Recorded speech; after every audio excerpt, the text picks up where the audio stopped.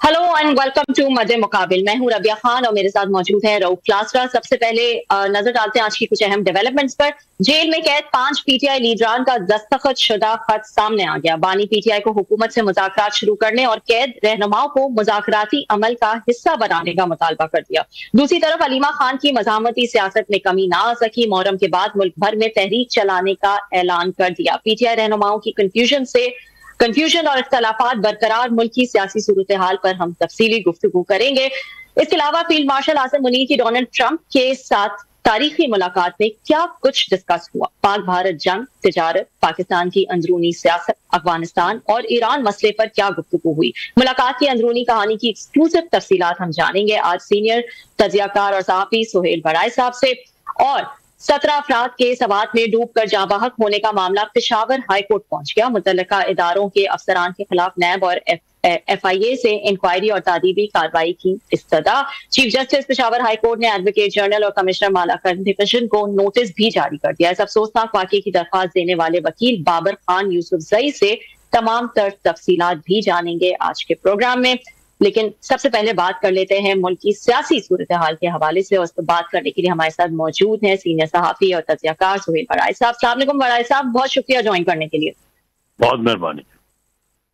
बड़ाई साहब, सबसे पहले तो आपका कमेंट चाहूंगी इस खत पर जो कि पाकिस्तान के सीनियर जो क़यादत है उन्होंने लिखा है। इस खत को आप किस तरह से देख रहे हैं जिसमें एक बार फिर उन्होंने मुतालबा किया है मुज़ाकरात की तरफ जाने का?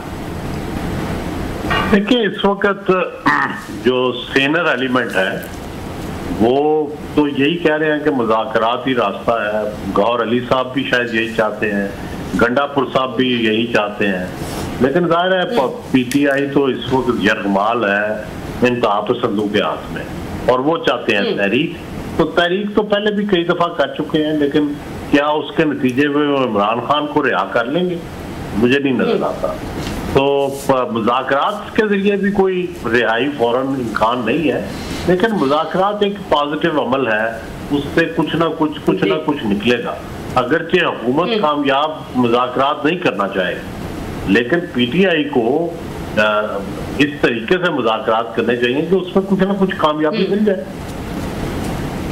तो ये बताएगा कि मुज़ाकरात की बातें तो ऑन एंड ऑफ जो है वो होती ही रहती हैं। आपने कहा कि एक एक्सट्रीम एलिमेंट जो है वो नजर आता है पार्टी में। ये एक्सट्रीम एलिमेंट आपको लगता है सोशल मीडिया ही ड्राइव कर रहा है या खान साहब की अपनी थिंकिंग भी बार बार जो है वो उस तरफ चली जाती है? एक आध दिन के लिए वो चुप होते हैं लेकिन फिर एक एग्रेसिव उनका कोई ट्वीट आ जाता है या क्या? तो वो उनकी अपनी पर्सनालिटी, उनकी अपनी थिंकिंग भी जो है वो मज़ामत पे ही ज्यादा कन्विंस्ड है।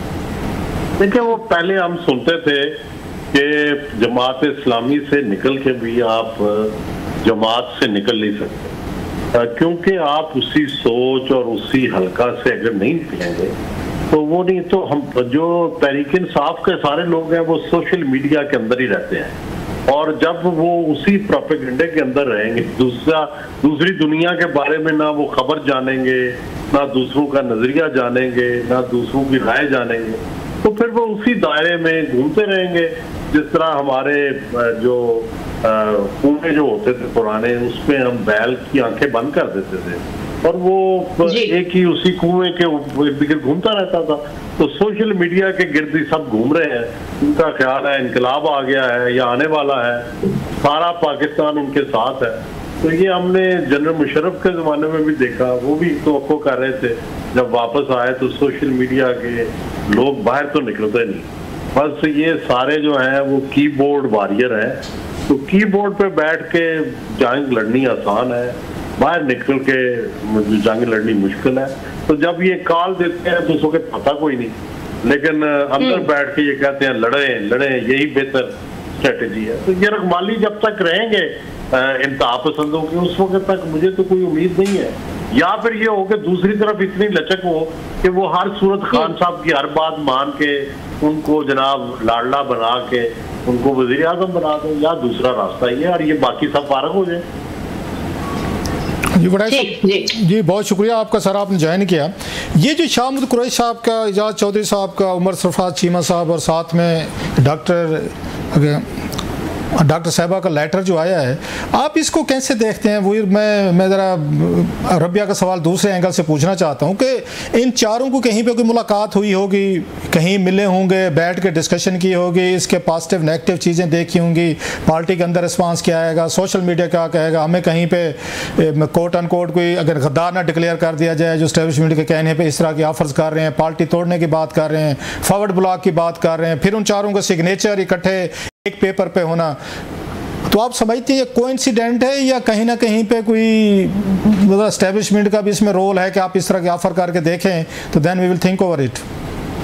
नहीं, मेरा ये ख्याल है कि देखें जितने लाहौर के ये लोग हैं जो ये लाहौर जितने हैं, सबसे ज्यादा कुर्बानी भी इन्होंने दी है, सबसे ज्यादा सख्त मुकदमात भी इन पे हैं और सबसे लंबा अरसा भी इन्हें हो गया है खान साहब के अलावा। और दूसरा ये है कि कोई उनकी तरफ ना मीडिया की तवज्जो है, ना पीटीआई की तवज्जो है, ना ही गवर्नमेंट कोई उन्हें रास्ता देने को तैयार है। एजाज चौधरी साहब के को हालांकि सेनेट में बुलाया गया लेकिन नहीं अलाउ किया गया, वो सेनेट में भी नहीं जा सके। तो इससे का मतलब ये है कि ये तो एक तो जाहिर है जेल का एक फटीग होती है, जेल के एक मुसाहिब होते हैं, लेकिन मेरा ख्याल है बड़ी सेन बात उन्होंने की है। जब गौहर अली तो कैद नहीं है, वो भी यही बात कर रहे हैं, गंडापुर इक़्तिदार में है, वो भी यही अंदर खाते यही बात कह रहे हैं कि ये रास्ता है। लेकिन पार्टी तो इस वक्त हलीमा खान या सोशल मीडिया चला रहा है जो कि हर एक उनकी नज़र में हर वो शख्स जो इख्तिलाफ करे वो गद्दार है, चाहे वो गंडापुर हो, चाहे जो है गौहर अली खान हो, चाहे जिनको इमरान खान ने खुद नॉमिनेट किया हुआ। तो जब इस तरह की सोच आ जाती है पार्टी में बाज़ औक़ात नेगेटिविटी, तो ये इस वक्त नेगेटिविटी का शिकार है, तो नेगेटिविटी से तो रास्ता नहीं निकलेगा। तो सर ये आप क्या समझते हैं, इन चारों को इमरान खान साहब की ब्लेसिंग सपोर्ट हासिल है? इससे ये ख़त को लिखने से पहले इन्होंने इमरान खान साहब से कोई इजाज़त ली होगी? क्योंकि बड़े लोग हैं, जैसे आप भी कह रहे हैं, पार्टी के सेकंड इन कमांड हैं ये शाह कुरैशी साहब खान साहब के बाद, बाकी भी बड़ी सीनियर लीडरशिप है। तो क्या इन्होंने इमरान खान साहब से कोई बातचीत मैसेजिंग के बाद लेटर लिखा है या अपनी तरफ से इनका इनिशिएटिव लगता है? मेरा ख्याल है नंबर 1 तो कलासरा साहब इन्होंने अपनी तरफ से लिखा है, नंबर 2 खान साहब की पॉलिसी को बदलने के लिए लिखा है। जो वो तो इमरान खान साहब ने हलीमा खान साहबा के जरिए ऐलान कराया ना कि तहरीक चलाएं, ये कह रहे हैं मुज़ाकरात करें, तो बिल्कुल दो नुक्ता आए, मुखालिफ नुक्ता आए नजर है।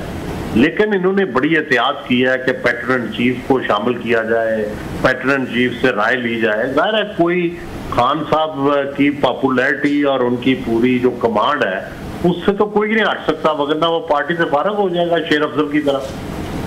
तो आपको क्या लगता है खान साहब 1-2 दिनों बाद अगर मीडिया से उनकी बात हुई, किसी केस में अपेयरेंस हुई, तो खान साहब का क्या रिएक्शन है? जैसे रबी आपसे पूछ रही थी, खान साहब तो मोस्टली बहर जब बातचीत करते हैं वो दोबारा सख्त बात करते हैं और बनी बनाया कोई अगर थोड़ी सी बातचीत हो भी रही होती है तो वो दोबारा ख़राब हो जाती है। तो आप उनको फॉलो करते हैं, खान साहब का माइंड भी थोड़ा समझते हैं, इस लेटर पे वो क्या रिएक्शन देंगे सर? मेरा ख्याल है वो खुश नहीं होंगे, वो नाराज होंगे, चाहे रिएक्शन जो भी दे, लेकिन वो अंदर से खुश नहीं होंगे। एक तो शायद शाह महमूद कुरैशी साहब को वो कोई सेकंड इन कमांड आपने कहा उनका, लेकिन मेरा ख्याल है उनकी कोई पोजीशन इस वक्त तो पीटीआई के अंदर ना कभी वर्कर उन्हें मिलने गए हैं, ना कभी किसी ने उनसे मशवरा किया है, ना कभी उनकी कोई राय जो है वो सुनी गई है।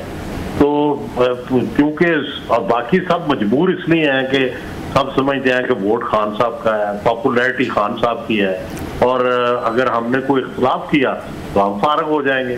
तो इसलिए सब उनके साथ लगे हुए हैं, क्योंकि मजबूरियां हैं दोनों तरफ की, मसलियत है। तो अगर खान साहब इनको डिसोन करते हैं, जो आपकी रीडिंग है, तो ये चारों क्या करेंगे? ये जो इस वक्त बातचीत चल रही है, पहले 3-4 महीने से 6 महीने से हम सुन रहे थे, ये फैसल वाटर साहब भी बार बार कह रहे थे कि एक नई पीटीआई बनेगी, फॉरवर्ड ब्लॉक बनेगा, अभी भी बातें हो रही हैं इस्लामाबाद में या केपीके में कि शायद कोई नए लोग, नए ग्रुप्स आ रहे हैं। तो लगता है ये चारों इतना बड़ा स्टेप ले लेंगे कि खान साहब से हटकर पीटीआई का कोई नया ग्रुप जो है वो कायम किया जा सकता है और किसी डील के नतीजे में ये बहर आ जाए? नहीं, मेरा ख्याल है ना तो ये गद्दार हैं, ना ये अलग ग्रुप बनाएंगे, ना पीटीआई छोड़ेंगे। इतनी कैद काट लिया तो आप क्यों ये करेंगे? क्योंकि एक राय है ना उनकी, मैं तो समझता हूँ इनकी राय सही है। जो लोग क्या तहरीक चलाना चाह रहे हैं वो अल्टीमेटली नाकाम होंगे, और अल्टीमेटली फिर जाना पड़ेगा, और बार्गेनिंग पोजीशन कम से कम तर होती जा रही है। जितनी देर जब तहरीक चला के नाकाम होती है तो आपकी बार्गेनिंग पोजीशन और कमजोर हो जाती है। तो बेहतर यह है कि तहरीक खौफ रहे हुकूमत पर, आप धमकी जरूर दें लेकिन साथ मुज़ाकरात करें, और मुज़ाकरात में जो मिलता है, जितना मिलता है वो लेना चाहिए। ये तो आप कह रहे हैं ना कि उनकी राय है, मैं भी चलें राय मानता हूं कि 4 लोग उन्हें जेल में बैठे हैं और बड़ी उन्हें तकलीफ़ें भी देख रहे हैं कि उनकी राय है, पॉलिटिकल फोर्सेस हैं, लेकिन खान साहब के यहाँ तो ये राय नहीं समझी जाती, या किसी भी पॉलिटिकल पार्टी के यहाँ नवाज शरीफ साहब या जरदारी साहब के ओपिनियन के अगेंस्ट अगर कोई पार्टी के लोग पब्लिकली अगर कोई राय देंगे उसको तो बगावत उसको समझा जाता है। खान साहब इसको राय आपका ख्याल है राय के तौर पर लेंगे, या कहेंगे यार मुझे तो पहले दिन से पता था शाहमूद कुरैशी जो है ना ये किसी न किसी दिन ये कुछ ये करतब करके दिखाएगा, और खान साहब नेवर लाइक्ड, हमने देखा है सुना शाहमूद कुरैशी साहब की तरह कोई पसंद भी नहीं करते रहे माजी में भी, तो वो तो राय नहीं लेंगे, इसको आप राय ले रहे हैं सर। दुरुस्त है, लेकिन खान साहब इस वक्त रिएक्ट नहीं करेंगे। उसकी वजह यह है कि उसमें पार्टी भी वीक होगी, उनकी स्ट्रेंथ भी वीक होगी, और दूसरा शाह महमूद कुरैशी तो चलो खान साहब ये कह देंगे और लोग भी कह देंगे। अब एजाज चौधरी, डॉक्टर यास्मीन राशिद तो इमरान खान के लाइ लिस्टों में शुमार होते हैं। 9 मई के जो मेन किरदार थे, जो लोग लेके गए थे, उनमें शुमार होते हैं, तो वो तो जाहिर है उन पे शक करना तो ज्यादा होगा। अगेन आप और मैं तो ये बात बिल्कुल समझते हैं, ठीक भी कह रहे हैं, लेकिन माजी में हमने देखा है कि खान साहब तो इस तरह के जो सॉफ्ट ओपिनियन रखने वाले लोग थे, जिसने भी बातचीत की बात की है खान साहब ने दूसरे दिन रगड़ के रख दिया, और पार्टी के लोगों ने उन पर खासे उन पर इल्ज़ामात लगाए। शेर अफजल भी ये बात कह रहे थे जो उनके साथ हशर हमने देखा। एक दफ़ा गौहर अयूब और गौहर साहब ने और उमर अयूब ने उन्होंने सॉरी कर ली थी वहाँ सहाफ़ियों से, जब ये गंडापुर साहब ने बड़ी सख्त तकरीरें की थी, तो खान साहब ने अगले दिन कहा था ये बड़े बुज़दिल लोग हैं, बुज़दिल लोगों का मेरी पार्टी में कोई काम नहीं है। खान साहब की तो बड़ी स्ट्रांग लाइन है, जैसे आप कह रहे हैं कि वो तो इसके बाद मुहर्रम के बाद तहरीक चलाने की बात कर रहे हैं, शाहमूद कुरैशी और ये जो 3-4 हैं ये सुलह सफ़ाई की बात कर रहे हैं। सर ये तो खान साहब से हट के बात हो रही है। देखिए मेरी राय तो यही है कि इस राय को भी बर्दाश्त करना चाहिए और उन्हें खान साहब को कंसिडर करना चाहिए। तहरीक तो देखें जो बुशरा बीबी थी वो उन्होंने भी चलाई, इस्लामाबाद लेके आई जुलूस बड़े जोशो जज्बे से, लेकिन एंड किस पे हुआ? क्या उससे जो इनका मोराल है हाई हुआ या लो हुआ? जिस हर तहरीक के बाद लो मोराल हो जाता है, या तो उससे मोराल हाई हो, ठीक है मजलूम बन जाते हैं, हुकूमत को जालिम कह देते हैं, जो है एक चार्जशीट में एक और इजाफा हो जाता है हुकूमत के खिलाफ, लेकिन सवाल यह है कि क्या गेन क्या हो रहा है? क्या अल्टीमेटली तो पीटीआई एक्सपोज हो रही है कि स्ट्रीट पावर इसके पास नहीं है या कम है जिससे कोई तब्दीली ला सके, और वोट पावर होने के बावजूद स्ट्रीट पावर ना होना इसका मतलब है कि पार्टी की ऑर्गेनाइजेशन नहीं है, इसका मतलब है लोगों पर पार्टी का कंट्रोल नहीं है। तो ये तो इससे तो नुकसान हो रहा है। जो एक तासुर है कि जी हम तो इलेक्शन जीते हुए हैं, हमें दादरी से हराया गया है, हमारी तो स्ट्रेंथ है, हम तो पाकिस्तान में 90% है या 80% है, तो फिर वो निकाल के भी दिखाएं, तो उसके लिए डरावा ठीक है। वो आप मुज़ाकरात में कहें जनाब हमारी तो अक्सरियत है, हम खुद नहीं तहरीक चलाते हैं, तो तासुर तो ये देना चाहिए था, ज्यादा अच्छा तासुर ये था। अच्छा सर, इस पे क्या मुज़ाकरात की जब ये बात करते हैं, क्योंकि उनकी अपनी पोजीशन है कि हमारा मैंडेट चोरी किया गया, हमारे वर्कर्स मारे गए हैं और यहाँ पे अदालती रिफॉर्म्स की गई हैं, तो ये सारी चीज़ें रिवर्स होनी चाहिए और उनकी सीट्स जो हैं वो वापस की जानी चाहिए, तो मुज़ाकरात किन बातों पर होंगे? और क्या इस वक्त एस्टेब्लिशमेंट या शहबाज शरीफ साहब मुज़ाकरात के लिए कोई दबाव है उन पर, या वो तो कंफर्टेबल हैं, वो क्यों करेंगे मुज़ाकरात इस वक्त? खान साहब जेल में हैं, बाकी पार्टी जैसे आप कह रहे हैं वो बेचारे इस वक्त मुश्किल का शिकार है, तितर बितर रोड पे भी कोई बंदे नहीं ला सकते, तो हुकूमत क्यों मुज़ाकरात करेगी? और उससे खान साहब या हुकूमत दोनों को क्या क्या मिल सकता है सर, कोई विन विन सिचुएशन? खलासा साहब आप तो माशाल्लाह बड़े सीनियर है, माजी में देखते हैं ना कि किस तरह हुआ है। बेनजीर भुट्टो और जनरल मुशर्रफ के दरमियान मशहूर एनआरओ हुआ, तो वो क्या था? ये है कि भाई इलेक्शन अगले फेयर होंगे, उस वक्त तक हमारी हुकूमत चलेगी, मैं अगला सदर हूँगा और आप प्राइम मिनिस्टर होंगे, ठीक है, यही तय हुआ जी, ऐसे था।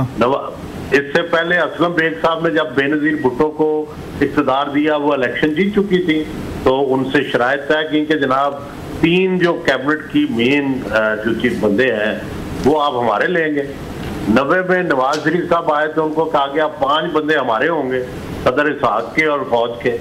तो जाहिर है ये चीजें जब मुज़ाकरात होते हैं पहले लेवल पे तो पॉलिटिकल गवर्नमेंट चाहेगी कि भाई हमारी हुकूमत चलने दें, और ये कहेंगे कि जी अच्छा हमारे जो ट्रिब्यूनल हैं उनमें हमारी बातें सुने, तो वो कहेंगे अच्छा जी ट्रिब्यूनल में बातें सुनते हैं और आपके जो है कोई फैसला हक में हो जाए, कोई खिलाफ हो जाएगा। तो ये जाहिर है उस वक्त तक प्रोलॉन्ग करेगा जब तक अगला इलेक्शन नहीं होता। तो अब तो पीटीआई को ये चाहिए कि अगला इलेक्शन फेयर एंड फ्री जो है वो मांगे, उसकी डिमांड करे। ये है असल मुज़ाकरात। और इस गवर्नमेंट ने क्या करना है कि ये चाहेंगे कि हमें 5 साल का जो मैंडेट जो है वो पूरा करने दिया जाए। ये सीधी सादी मुज़ाकरात का ही एजेंडा होगा। अच्छा सर, आपने बड़ा एक अहम कॉलम लिखा है, 2-3 दिन पहले लिखा है कि जो इनकी फील्ड मार्शल जो हैं ये जनाब आसिम मुनीर साहब, इनकी मुलाकात हुई है वहाँ पे डिनर पे ट्रंप साहब से। ज़रा उसकी तफसीलात जो आप तक पहुँची हैं एक्सक्लूसिव को हमारे साथ शेयर करेंगे। बहुत सारे इंपॉर्टेंट डिस्क्लोजर जो हैं आपने किए हैं सर। वो मेरे पास तो नहीं पहुँची, वो जो थी वो मक्खियाँ थी जी सर।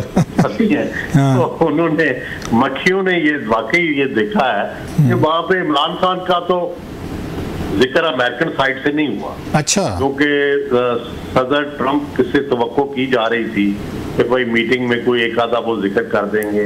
पीटीआई ने पहले माहौल बनाया हुआ था सदर ट्रंप के आने से पहले कि जी वो तो बस आएंगे तो इमरान खान रिहा हो जाएंगे। हमारे बहुत से पीटीआई के दोस्तों ने ये कहा हुआ था कि बस वो आएगा तो 10-15 दिन में आप देखिए तब्दीली आनी शुरू हो जाएगी गवर्नमेंट ऑफ पाकिस्तान को।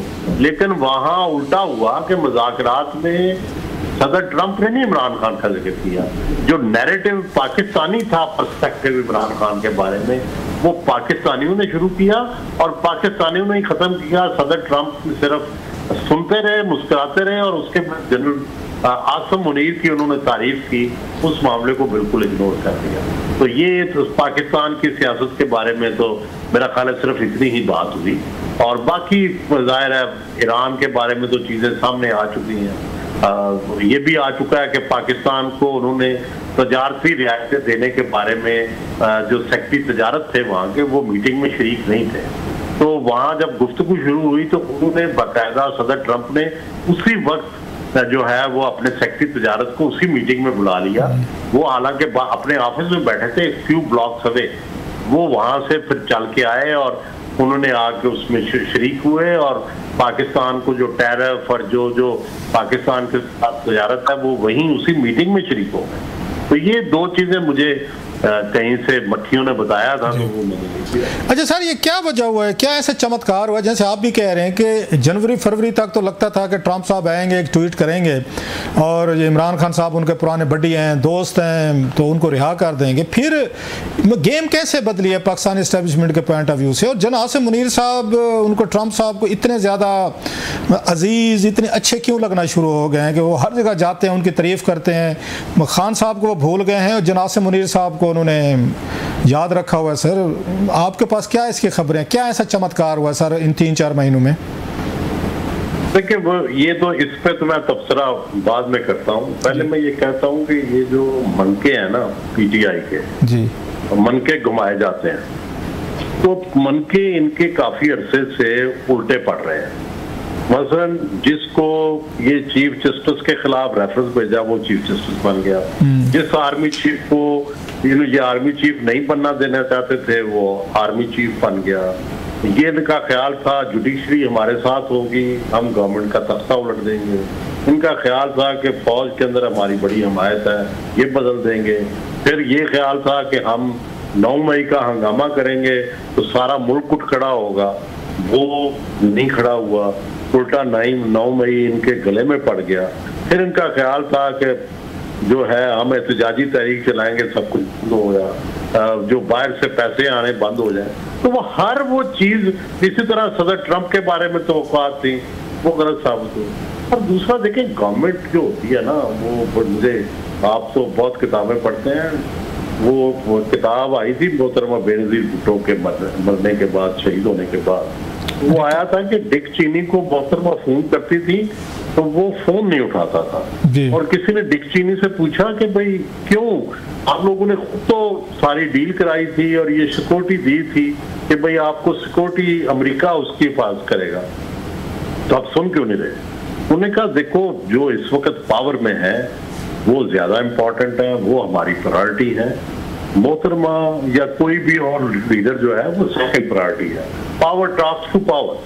वो यही हुआ कि पाकिस्तानी स्टेट ज्यादा उन्हें अजीज है, पाकिस्तानी स्टेट उनकी नजर में ज्यादा इम्पोर्टेंट है, पाकिस्तानी फौज उनकी नजर में ज्यादा इम्पोर्टेंट है, और फिर पाकिस्तानी फौज ने पहले 100 दिनों में जो एक ही वो तमगा उन्हें मिला और वो पाकिस्तान ने पकड़ के उन्हें दिया।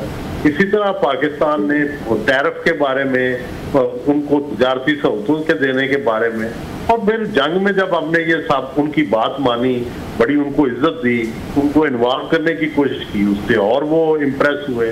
फिर भारत का रवैया दुनिया भर में रौनक भरा है, पाकिस्तान का हमेशा ह्यूमिलिटी का रवैया है, ये भी उन्हें अच्छा लगा। और तीसरा जाहिर है सदर ट्रंप अपनी ग्लोरी चाहते हैं, उनको अभी कोई इंटरनेशनल ग्लोरी नहीं मिली और हम उन्हें ग्लोरी देने को तैयार हैं और वो लेने को तैयार है, तो इसलिए हमारा उनसे बनेगी, क्यों नहीं बनेगी। ये यहाँ पे वराइद साहब ये बताएगा कि ये जो हम बातें इस वक्त कर रहे हैं कि आसिम मुनीर साहब को जो है वो बुलाया, वो अनप्रेसिडेंटेड था, फिर वहां पे आपने बताया कि जो बात हुई खान साहब के बारे में उसमें ट्रंप ने जो है वो कोई प्रेसिडेंट ट्रंप ने कोई खास इंटरेस्ट नहीं दिखाया। ये तमाम चीजें पाकिस्तान से इतना क्लोज होना और दूसरी तरफ पीटीआई में भी कोई या इमरान खान में भी कोई इंटरेस्ट ना होना, ये तमाम चीजें आपको वक्ती लग रही हैं या आपको लगता है कि लॉन्ग टर्म पॉलिसी जो है वो फिलहाल अमेरिका की यही नजर आएगी दोनों अतराफ? देखिए सदर ट्रंप जो है ना वो हालात के मुताबिक बदलते रहते हैं, पहले भी कई दफा बदले हैं, अब भी बदलेंगे। तो जाहिर है स्टेट ऑफ पाकिस्तान चाहेगी कि वो उनके साथ रहे, उनके मुखालिफ चाहेंगे तो हालात के मुताबिक सदर ट्रंप फैसला करेंगे कि स्टेट ऑफ पाकिस्तान मजबूत है तो उसके साथ रहेंगे। इमरान खान का कल चांस हुआ तो इमरान खान के साथ हो जाएंगे, उन्हें क्या प्रॉब्लम है।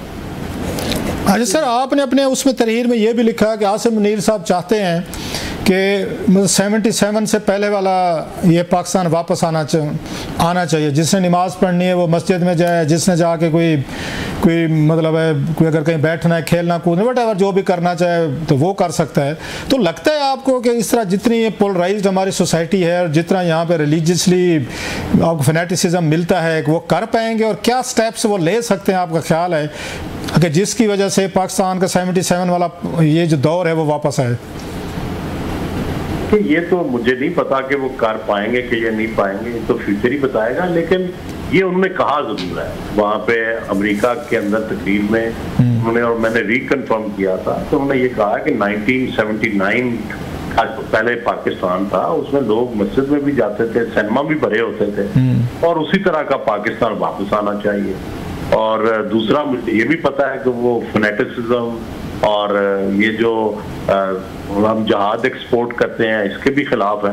तो ये दो चीजें जाहिर है आगे जाके पता लगेगा कि किस हद तक इन पर अमल हुआ है और किस हद तक नहीं हुआ, लेकिन बज़ाहिर तो ये खुश आइंदा है इंटरनेशनल बरादरी के लिए भी, और पाकिस्तान का जो इस वक्त इमेज बना हुआ है कि भाई माजी में कि हम जनाब टेररिस्ट ब्रीड करते हैं, एक्सपोर्ट करते हैं, अगर ये बहुत सारा झूठ है लेकिन बहरहाल इल्जामात है, और इल्जामात जब लग जाए तो उनसे निकलने के लिए कुछ ना कुछ करना पड़ता है। अच्छा लास्टली सर, लास्ट क्वेश्चन वराय साहब, आपकी रीडिंग क्या कहती है? इतने अरसे एक मैसेज तकरीबन 4 डेकेड से आपने पॉलिटिक्स कवर की है और चीज़ें बड़ी करीब से देखी हैं सर, इमरान खान साहब की रिहाई के चांसेस को नियर फ्यूचर में हैं, या आपको लगता है कि अगले 3-4 साल जब तक ये हुकूमत है तो खान साहब जेल में रहेंगे सर?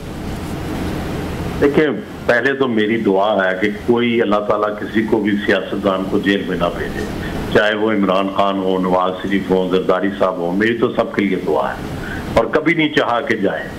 लेकिन यस, इस वक्त की जो सूरत हाल है, आज अगर बैठ के ये देखें तो इस वक्त का जो मौजूदा सेटअप है उसका इमरान खान को रिहा करने का मतलब है अपना जाना। ठीक है, तो अपना जाना तो कोई पसंद नहीं करता, जब तक उनका बस चलेगा हुकूमत का और मौजूदा जो सेटअप है वो इमरान खान को बाहर नहीं आने देंगे, और इमरान खान का बस चल गया तो वो हुकूमत नहीं रहने देंगे। ये गेम है सारी, सिंपल। तो किसका बस ज्यादा चलेगा सर, आपकी क्या रेटिंग है? अभी तो देखना हुकूमत का ही बात चल रहा है ना, या इस वक्त जो सेटअप है वही ताकतवर है, नहीं तो रिहा हो जाते। बहुत शुक्रिया sir ji, thank you very much for जो comprehensive in depth analysis sir, बहुत शुक्रिया। थैंक यू, बहुत बहुत शुक्रिया सुहेल बरार साहब हमें ज्वाइन करने के लिए। नाज़रीन एक ब्रेक ले लेते हैं यहाँ पे, ब्रेक के बाद कुछ मजीद खबरें हैं वो आपके साथ शेयर करें।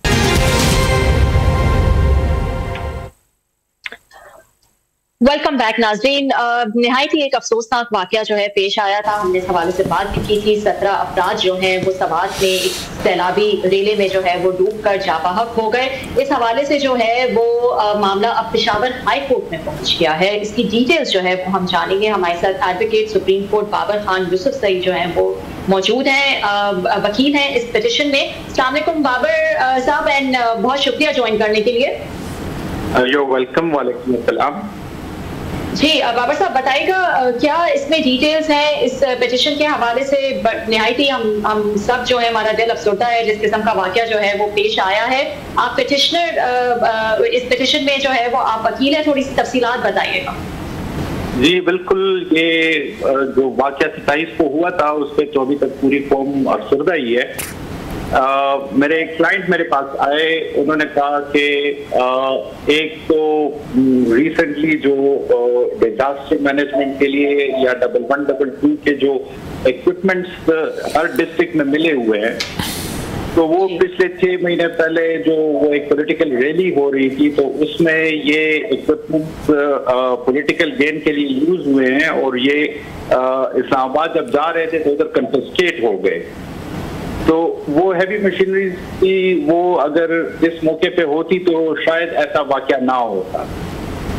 तो उसके रिलेटेड हम पेशावर हाई कोर्ट गए कि इसके लिए एक फैक्ट फाइंडिंग कमेटी होनी चाहिए जो हाई पावर कमेटी हो, बेशक जुडिशल कमेटी इसके लिए बने कि ये फैक्ट फाइंडिंग तो करे कि ये हुकूमत से इतनी बड़ी गफलत कैसे हो सकती है या कैसे हुई है, और उसके महरकात क्या थे, वजूहात क्या थे कि इतने इशू से इतना बड़ा इशू बन गया।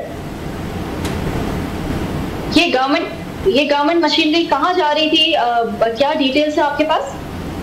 ये इस तरह हुआ था कि ये provincial government headed by chief minister ये एक पॉलिटिकल रैली करना चाह रहे थे इस्लामाबाद में 5-6 मंथ्स बैक।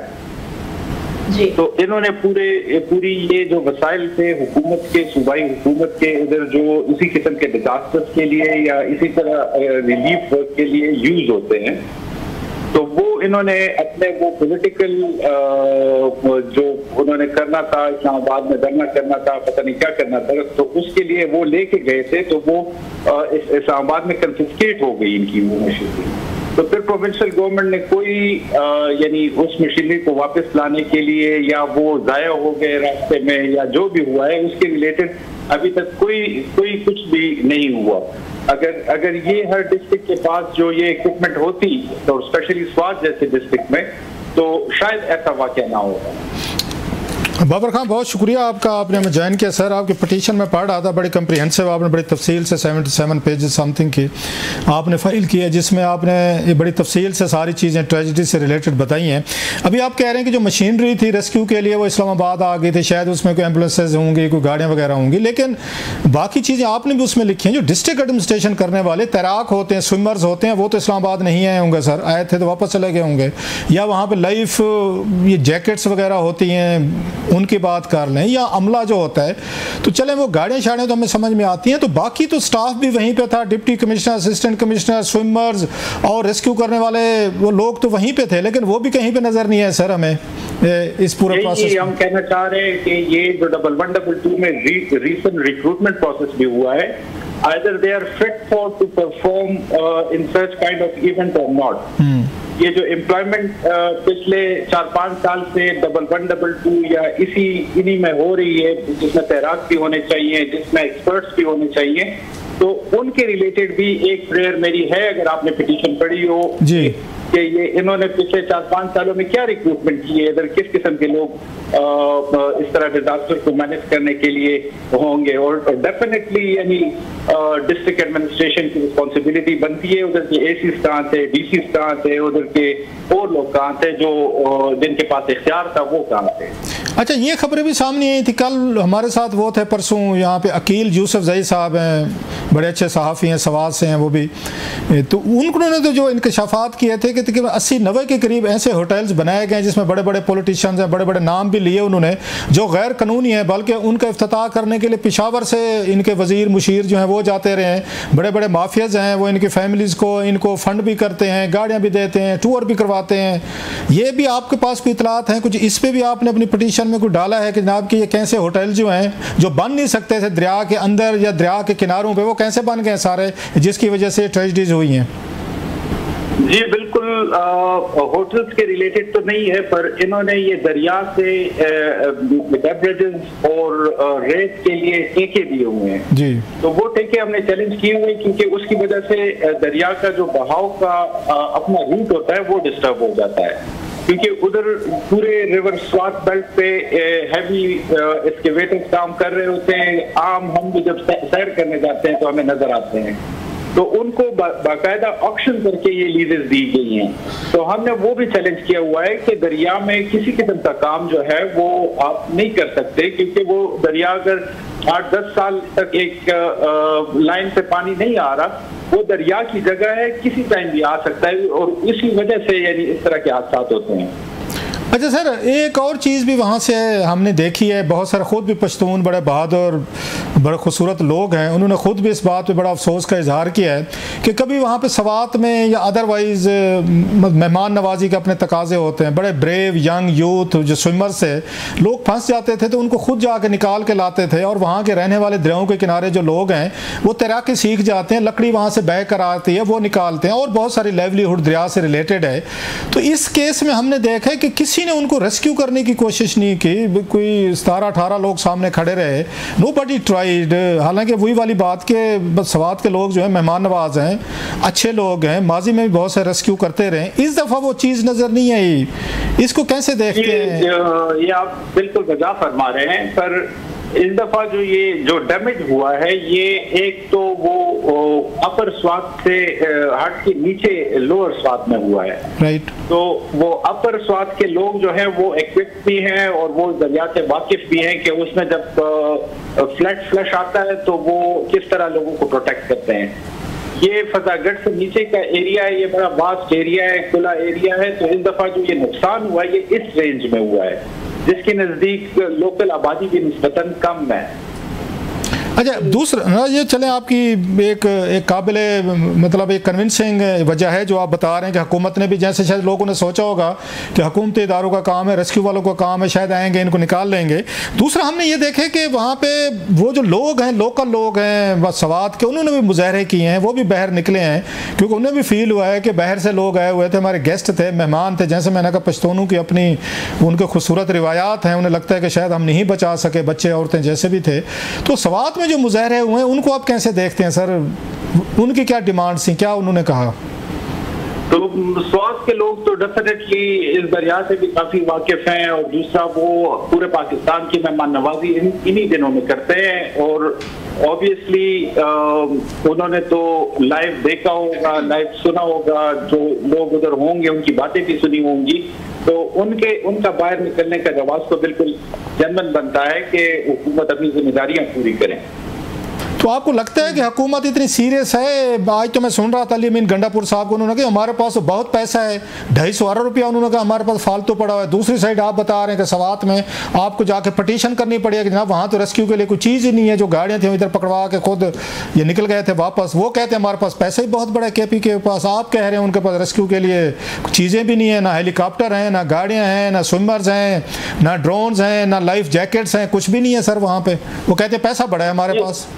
बिल्कुल, ये एक बिल्कुल जब उनको सुनते हैं तो ऐसा ही लगता है कि पता नहीं ये किस दुनिया में रहते हैं, क्योंकि अभी रिसेंटली यानी ये किसी से भूला नहीं है, और उन इक्विपमेंट में सिर्फ गाड़ियों और ये नहीं है, उसमें एक्सकेवेटर्स भी है, उसमें वो ब्रिजेस भी हैं, उसमें किस्म की चीजें हैं जो इन रेस्क्यू वालों के पास थी, जो इस्लामाबाद में अब रह गई हैं। तो आपको अदालत ने क्या, अब उन्होंने आपकी पिटीशन पे क्या नोटिस लिया है sir? No, what is the latest?